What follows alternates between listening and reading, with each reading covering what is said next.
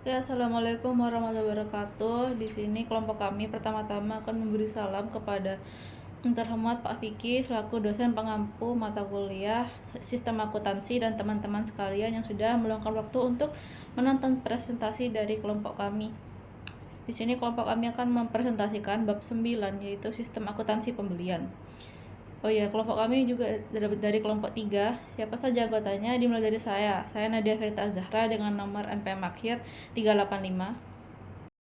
Perkenalkan, saya Kumala Puspitasari dengan NPM terakhir 051. Perkenalkan, nama saya Muhammad Hafinizar dengan NPM akhir 251. Sebelumnya perkenalkan, nama saya Nabila Dea Kusmawati dengan NPM akhir 379. Perkenalkan, nama saya Nadine Zafira Putri dengan NPM 365. Saya Amara Iza dengan NPM akhir 384. Sebelumnya perkenalkan, nama saya Nabila Dea Kusmawati dengan NPM akhir 379. Di sini saya akan menjelaskan apa itu sistem akuntansi pembelian beserta fungsi dan tujuannya. Sistem akuntansi pembelian adalah serangkaian prosedur dan catatan yang digunakan oleh perusahaan untuk mengelola, mencatat, dan mengawasi transaksi pembelian barang atau jasa, baik secara tunai maupun secara kredit. Sistem ini bertujuan untuk memastikan bahwa setiap pembelian yang dilakukan telah melalui proses otorisasi yang benar, dicatat dengan akurat, dan dapat dipertanggungjawabkan. Nah, di sistem akuntansi pembelian ini ada komponen utama, yaitu yang pertama ada dokumen. Dokumen meliputi surat permintaan pembelian, order pembelian, faktur pembelian, bukti penerimaan barang, dan bukti kas keluar. Yang kedua ada catatan akuntansi yang biasanya berupa jurnal pembelian, kartu uang, dan buku besar pembantu utang. Yang ketiga ada prosedur mulai dari permintaan pembelian, pemilihan pemasok, penerimaan barang, pemeriksaan barang, pencatatan transaksi, hingga pembayaran kepada pemasok. Selanjutnya ada fungsi dan tujuan sistem pembelian dalam sebuah perusahaan. Sistem pembelian memiliki beberapa fungsi yang sangat penting. Yang pertama ada fungsi gudang, yang dimana bertugas mengelola penyimpanan barang yang dibeli agar tetap aman dan terjaga kualitasnya. Yang kedua, fungsi pembelian yang bertanggung jawab untuk melakukan proses pembelian barang atau jasa sesuai kebutuhan perusahaan. Yang ketiga ada fungsi penerimaan yang melakukan pemeriksaan dan penerimaan barang dari pemasok. Yang keempat, fungsi akuntansi yang mencatat dan mengawasi seluruh transaksi pembelian agar tercatat dengan benar dalam laporan keuangan. Lalu selanjutnya ada juga tujuan utama sistem pembelian. Yang pertama, menjaga kelangsungan operasional perusahaan. Yang kedua, mencatat dan mengawasi seluruh transaksi pembelian secara akurat. Yang ketiga, mencegah penumpukan persediaan atau kerugian mencegah penumpukan persediaan dan kerugian akibat barang rusak atau hilang. Yang keempat, mendukung pengambilan keputusan manajemen dengan informasi yang tepat. Yang kelima, menjamin transaksi pembelian sesuai prosedur untuk mengurangi resiko kesalahan dan kecurangan. Selanjutnya adalah jaringan prosedur. Yang pertama yaitu fungsi gudang mengajukan permintaan pembelian ke fungsi pembelian. Lalu fungsi pembelian meminta penawaran harga dari berbagai pemasok serta melakukan pemilihan pemasok. Selanjutnya fungsi pembelian membuat order pembelian kepada pemasok yang dipilih. Lalu fungsi penerimaan memeriksa serta menerima barang yang dikirim oleh pemasok. Lalu fungsi penerimaan menyerahkan barang yang diterima kepada fungsi gudang untuk disimpan. Lalu selanjutnya fungsi penerimaan melaporkan penerimaan barang kepada fungsi akuntansi. Lalu fungsi akuntansi menerima faktur tagihan dari pemasok dan atas dasar faktur dari pemasok tersebut. Selanjutnya yang terakhir adalah fungsi akuntansi mencatat kewajiban yang timbul dari transaksi pembelian.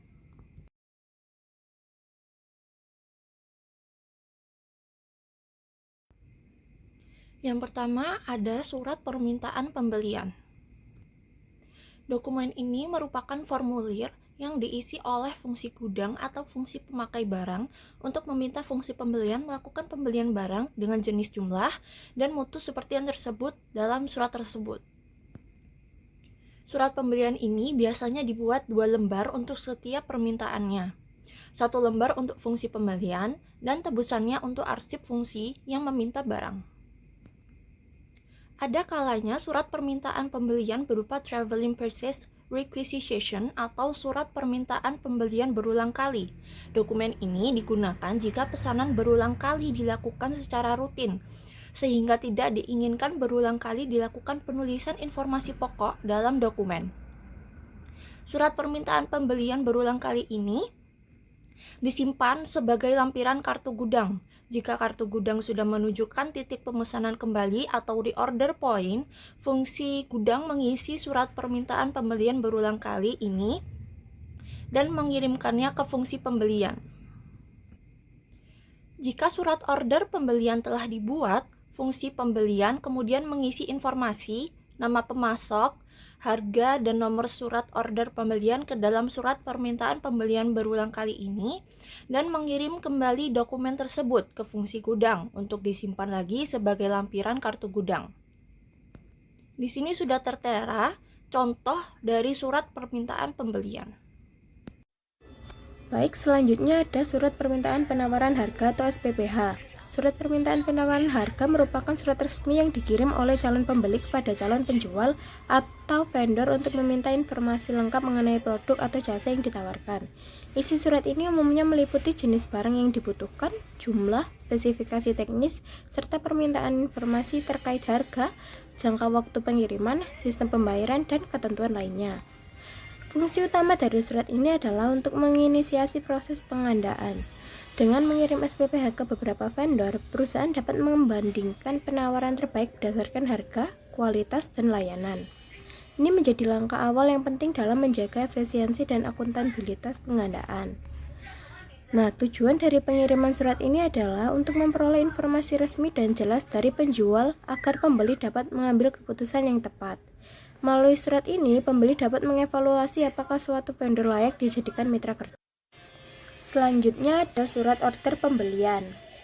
Setelah pembeli menerima dan menyetujui penawaran dari penjual, langkah selanjutnya adalah membuat surat order pembelian atau purchase order PO. Surat ini berfungsi sebagai bukti resmi pemesanan dan memuat detail barang atau jasa yang dipesan, seperti nama barang, jumlah, harga satuan, total harga, tanggal pengiriman, serta informasi bayaran. Nah, purchase order ini juga memiliki banyak fungsi penting dalam proses bisnis. Pertama, menjadi kontrak tertulis yang mengikat antara pembeli dan penjual. Kemudian ada berfungsi sebagai dokumen pengendalian internal dalam perusahaan karena setiap pengadaan harus memiliki persetujuan dan bukti pemasaran yang sah. Nah, tujuannya adalah untuk memberikan instruksi yang jelas dan resmi kepada vendor mengenai apa yang harus dikirim, kapan dikirim, dan bagaimana pembayarannya. Dengan adanya PO, vendor dapat menyiapkan barang sesuai permintaan tanpa kesalahan atau miskomunikasi. Baik, di sini saya akan menjelaskan mengenai surat bukti kas keluar. Jadi, surat bukti kas keluar adalah dokumen yang dibuat oleh fungsi akuntansi untuk dasar pencatatan transaksi pembelian. Dokumen ini biasanya berfungsi sebagai perintah pengeluaran kas untuk pembayaran utang kepada pemasok dan sekaligus berfungsi sebagai surat pemberitahuan pada kreditur mengenai maksud pembayaran. Untuk contoh suratnya bisa dilihat di layar yang telah saya sajikan ini, berisi mengenai tanggal, nomor akun, keterangan, dan jumlah rupiah. Ada juga tanggal dibayarnya dan dibayarkan kepada siapa. Di pojok kanan atas itu ada siapa yang mengeluarkan surat ini. Next. Yang selanjutnya yaitu surat register bukti kas keluar. Surat register bukti kas keluar ini adalah catatan akuntansi yang digunakan oleh perusahaan untuk mencatat secara sistematis semua transaksi pengeluaran kas. Secara sederhananya yaitu registrasi bukti kas keluar ini berfungsi sebagai daftar atau jurnal khusus di mana setiap kali perusahaan mengeluarkan uang tunai atau melakukan pembayaran, baik melalui transfer bank, cek, atau metode yang lainnya, transaksi tersebut dicatat. Pencatatan ini didasarkan pada bukti kas keluar atau BKK yang telah saya jelaskan tadi. Register bukti kas keluar ini digunakan ketika perusahaan menggunakan voucher payable prosedur atau prosedur voucher. Prosedur voucher ini seperti ketika terjadi transaksi dan melibatkan utang itu yang dicatat itu dalam berupa voucher kepada krediturnya. Untuk bukti atau contoh suratnya yang bisa Anda lihat di layar, terdapat tanggal, dikeluarkan untuk siapa, nomor bukti kas keluarnya, dibayar, tanggal, dan nomor cek, bukti kas keluar yang akan dibayar, potongan pembelian kredit, pembelian debit, nomor akun, jumlah, ongkos angkat debit, biaya administrasi debit, biaya pemesanan, biaya produksi Departemen 1 debit, biaya produksi Dep 2 debit, dan lain-lain debit. Next.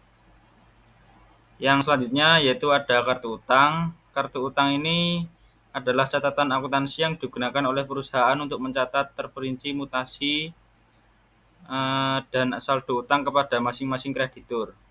Jika dalam pencatatan utang, perusahaan menggunakan account payable procedure.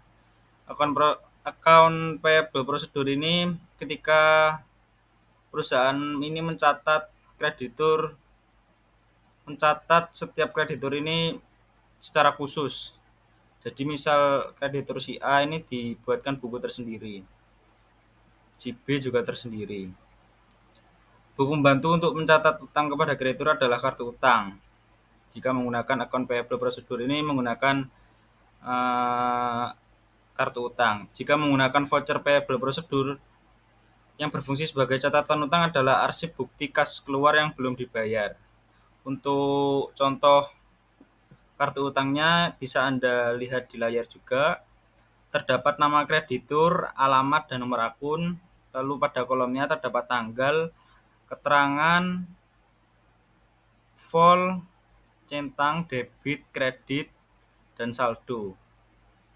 Sekian penjelasan dari saya. Next. Saya akan menjelaskan tentang informasi yang diperlukan manajemen dalam akuntansi pembelian. Yakni yang pertama ada persediaan yang telah mencapai titik pemesanan kembali dari order point. Yakni adalah tingkat persediaan minimum di mana perusahaan harus melakukan pemesanan pulang agar stok tidak habis saat dibutuhkan. Titik ini juga bisa dihitung berdasarkan permintaan selama waktu tunggu atau lead time dan stok pengaman sebagai penyangga. Lalu yang kedua ada order pembelian yang telah dikirim kepada pemasok. Adalah dokumen atau surat resmi yang dikirim oleh fungsi pembelian perusahaan kepada pemasok yang telah dipilih, berisi atas rincian barang, jumlah, harga, dan syarat pembelian. Lalu yang ketiga ada order pembelian yang telah dipenuhi oleh pemasok yang menunjukkan bahwa pemasok telah mengirimkan barang sesuai dengan order pembelian yang diterima. Lalu yang keempat ada total saldo utang dagang pada tanggal tertentu. Total saldo itu apa sih? Yakni jumlah keseluruhan kewajiban perusahaan kepada semua pemasok yang belum dibayar hingga tanggal tersebut. Lalu yang kelima ada saldo utang dagang kepada pemasok tertentu, yakni rincian jumlah utang yang harus dibayar perusahaan kepada satu pemasok spesifik pada suatu waktu tertentu itu tadi. Lalu yang terakhir ada tambahan kuantitas dan harga pokok persediaan dari pembelian adalah pencatatan bertambahnya jumlah barang persediaan di gudang akibat pembelian beserta nilai harga pokoknya. Unsur pengendalian internal. Unsur pengendalian internal ini yang seharusnya ada di dalam sistem akuntansi pembelian serta dirancang untuk mencapai tujuan pokok pengendalian internal. Akuntansi ini berupa menjaga aset seperti persediaan dan liabilitas perusahaan seperti utang dagang atau bukti kas yang akan dibayarkan, lalu menjamin ketelitian dan mengandalkan data akuntansi seperti utang dan persediaan.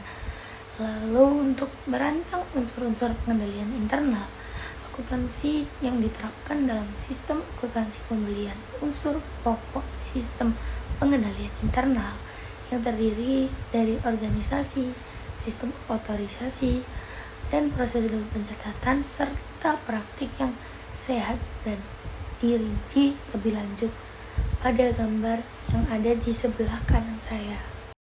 Selanjutnya ada sistem otorisasi dan prosedur pencatatan.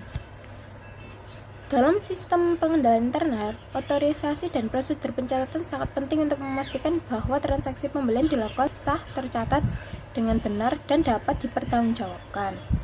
Nah, yang pertama ada proses dimulainya dengan pembuatan surat permintaan pembelian yang harus diotorisasi oleh fungsi gudang untuk barang yang disimpan dalam gudang atau oleh fungsi pemakaian barang jika barang tersebut bersifat langsung pakai.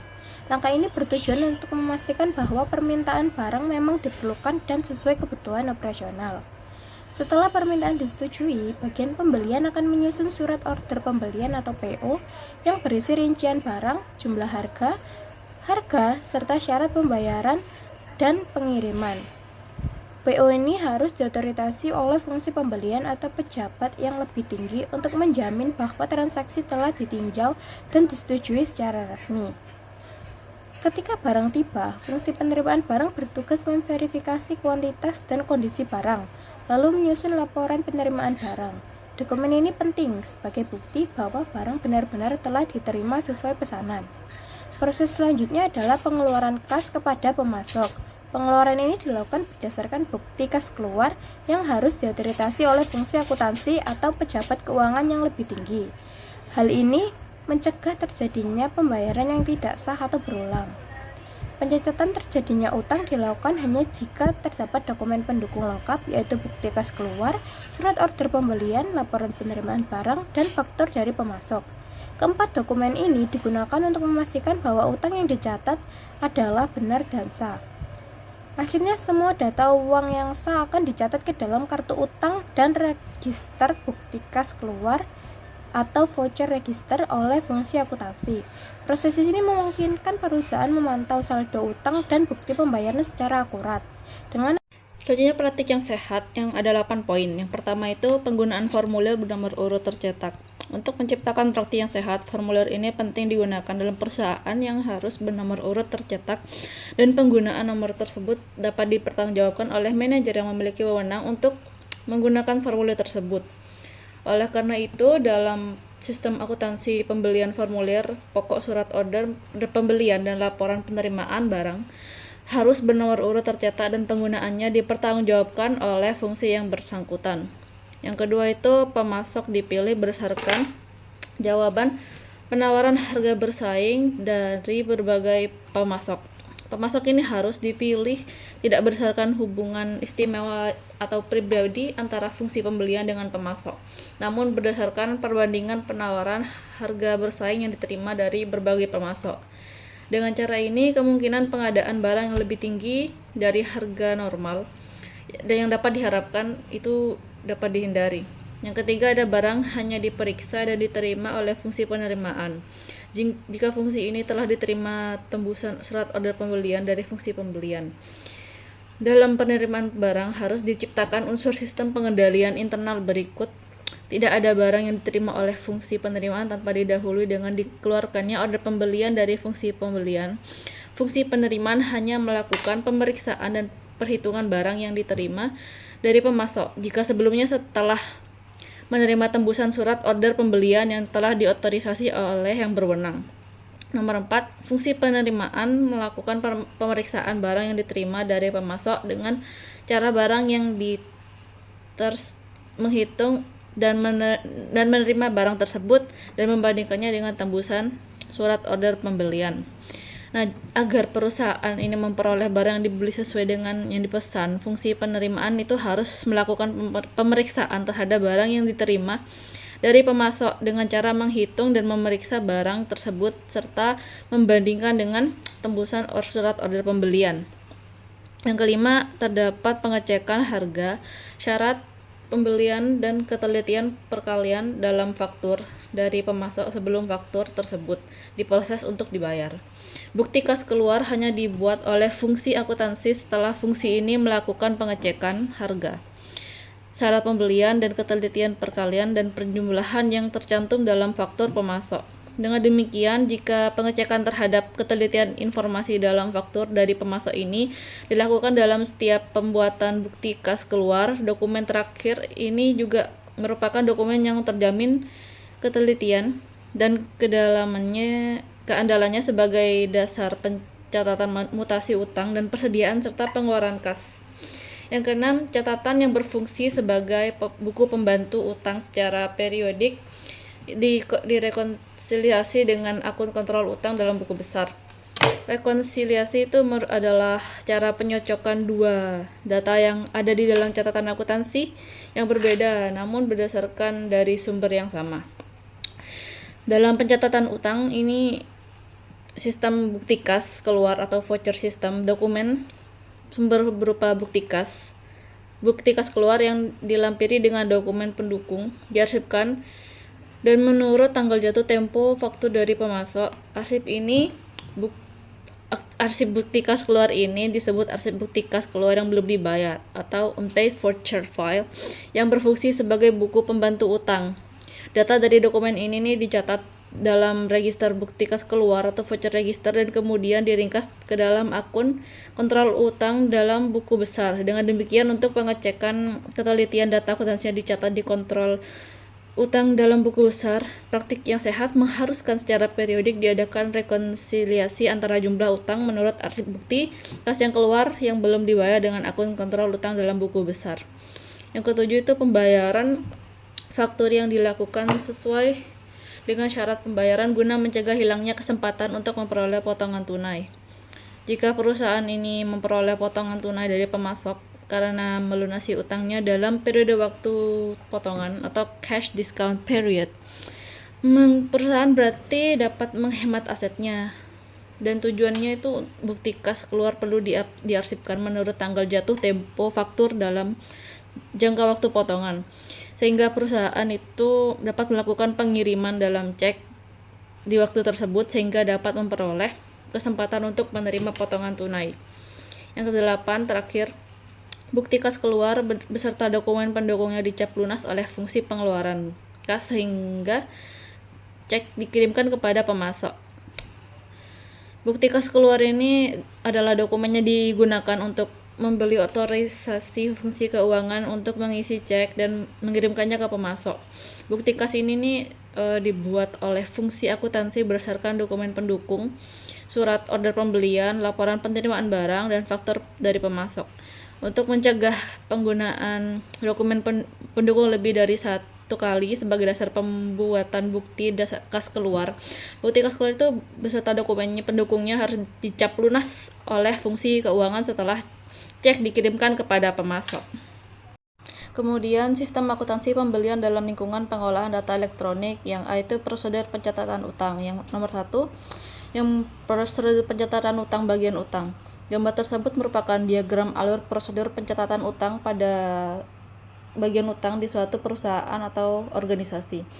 Prosedur ini dimulai dari dokumen-dokumen yang berasal dari bagian pembelian seperti faktur, LPB, laporan penerimaan barang, surat order pembelian, dan dokumen lainnya yang berkaitan dengan transaksi pembelian. Dokumen-dokumen ini kemudian digunakan untuk mengisi batch transfer form, yaitu formulir yang digunakan untuk mencatat dan mengelompokkan transaksi utang yang akan diproses lebih lanjut. Setelah batch transfer tadi diisi, dokumen berlanjut dengan membuat dokumen DP atau daftar pembayaran dan bukti kas keluar atau BKK. Dokumen-dokumen ini lalu digunakan sebagai dasar untuk melakukan pembayaran utang kepada pemasok. Setiap kali pembayaran dilakukan, batch transfer form itu kembali diisi untuk memastikan setiap transaksi tercatat dengan baik dan dapat dilacak. Di sisi lain terdapat juga proses pencatatan register bukti kas keluar BKK dan batch transfer form atau BTF yang dilakukan untuk keperluan administrasi dan pelaporan. Semua dokumen ini saling terkait dan mengalir satu sama lain, memastikan bahwa setiap transaksi utang tercatat dengan sistematis dan akurat.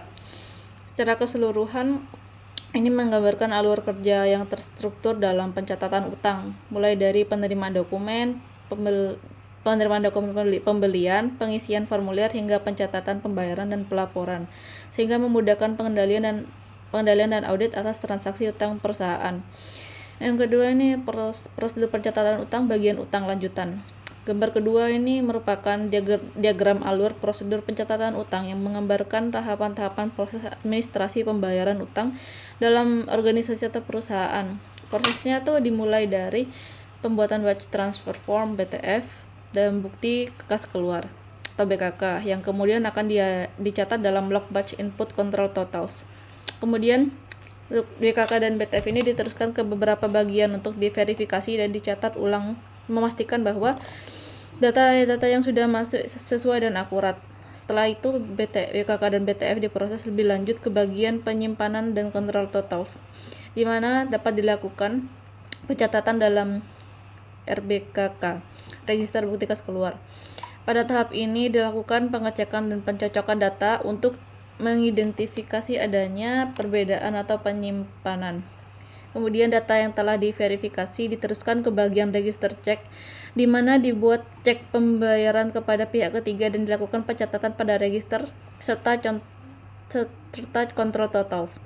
Setelah cek diterbitkan tadi, dokumen-dokumennya terkait seperti BTF dan register cek diarsipkan ke terminal dan disimpan dalam arsip transaksi pembelian untuk keperluan audit pelacakan di masa mendatang.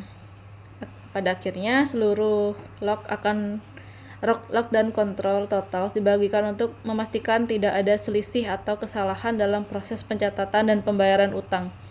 Prosedur ini juga memastikan setiap transaksi utang tercatat secara sistematis, transparan, dan dapat dipertanggungjawabkan. Nah, yang gambar nomor 3 ini prosedur pencatatan utang melalui prosedur komputer. Ini menunjukkan alur prosedur pencatatan utang secara terperinci dalam sebuah sistem akuntansi berbasis komputer.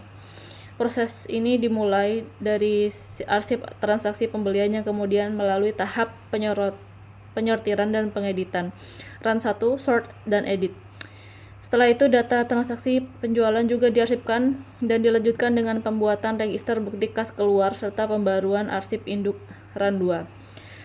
Lalu pada tahap ini arsip induk utang dan persediaan diperbaharui. Hasilnya itu dicatat dalam register bukti kas keluar serta dicocokkan dengan penyimpanan dan kontrol total.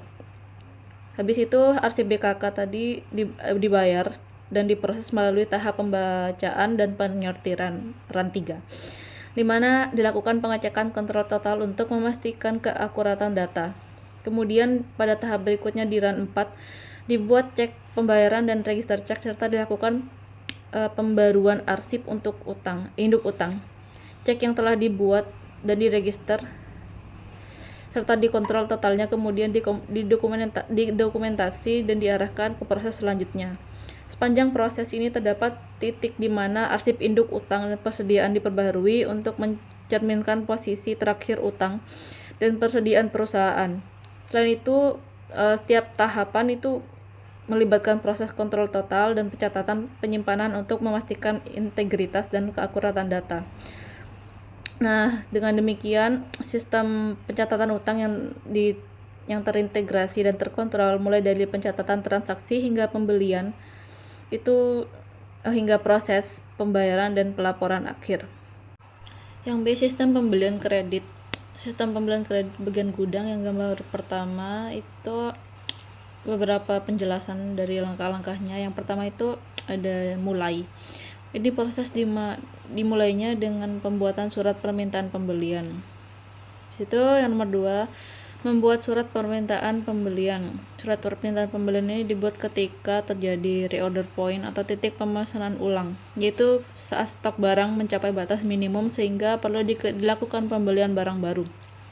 Lanjut, surat permintaan pembelian. Ini nih diterbitkan dari yang tadi dan menjadi dokumen utama untuk proses pembelian. Yang keempat itu surat order pembelian. Berdasarkan surat permintaan pembelian dibuatlah surat order pembelian yang berfungsi sebagai perintah resmi untuk melakukan pembelian barang dari pemasok. Nomor 5 itu laporan penerimaan barang. Setelah barang diterima dibuat laporan penerimaan barang yang berfungsi untuk mencatat barang yang masuk ke gudang. Lalu kartu gudang. Laporan penerimaan barang ini nih kemudian dilakukan untuk memperbaharui kartu gudang, yaitu catatan stok barang di gudang. Terdapat simbol-simbol pada diagramnya itu bentuk trapesium menunjukkan proses atau aktivitas, misalnya aktivitas membuat surat permintaan pembelian. Terus bentuk dokumen yang menunjukkan dokumen hasil, misalnya surat permintaan pembelian, surat order pembelian, laporan penerimaan barang.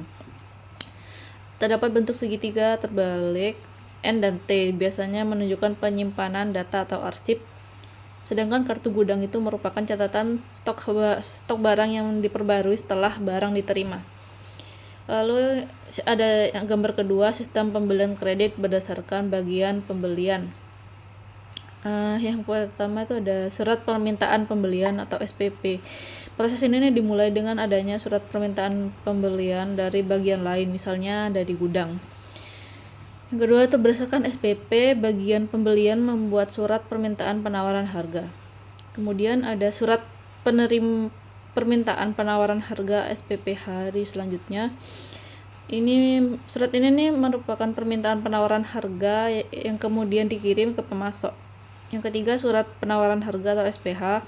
Pemasok kemudian mengirimkan balasan berupa surat penawaran harga atau SPH. Kemudian membuat perbandingan harga. Bagian ini nih menerima beberapa penawaran dari pemasok, kemudian membuat perbandingan harga dari semua penawaran yang diterima. Selanjutnya ada surat order pembelian atau SOP. Ini nih setelah memilih penawaran terbaik tadi, bagian pembelian atau pembuat surat SOP berdasarkan hasil perbandingan harga. Kemudian SOP dikirim ke pemasok sebagai perintah resmi pembelian. Lanjut ada laporan penerimaan barang. Setelah barang tadi diterima, terus LPB yang mencatat barang yang masuk. Bagian pembelian mencatat tanggal penerimaan pada SOP di lembar 6 dan 7. Lalu nomor 7 itu pemeriksaan faktur, yaitu pemasok mengirimkan faktur atau tagihan, dan bagian pembelian atau memeriksa faktur untuk memastikan penyesuaian antara faktur dengan SOP beserta barang yang diterima. Keterangan simbol dan dokumen. SPP itu surat permintaan pembelian, SOP surat order pembelian, SPPH itu surat permintaan penawaran harga, SPH surat penawaran harga, PH penawaran harga, faktur, dokumen tagihan dari pemasok. Intinya tuh ya, gambar ini menggambarkan proses pembelian kredit di bagian pembelian, mulai dari permintaan pembelian, pengajuan permintaan penawaran harga ke pemasok, penerimaan dan perbandingan penawaran harga, penerbitan surat order pembelian, pencatatan penerimaan barang, hingga pemeriksaan faktur dari pemasok.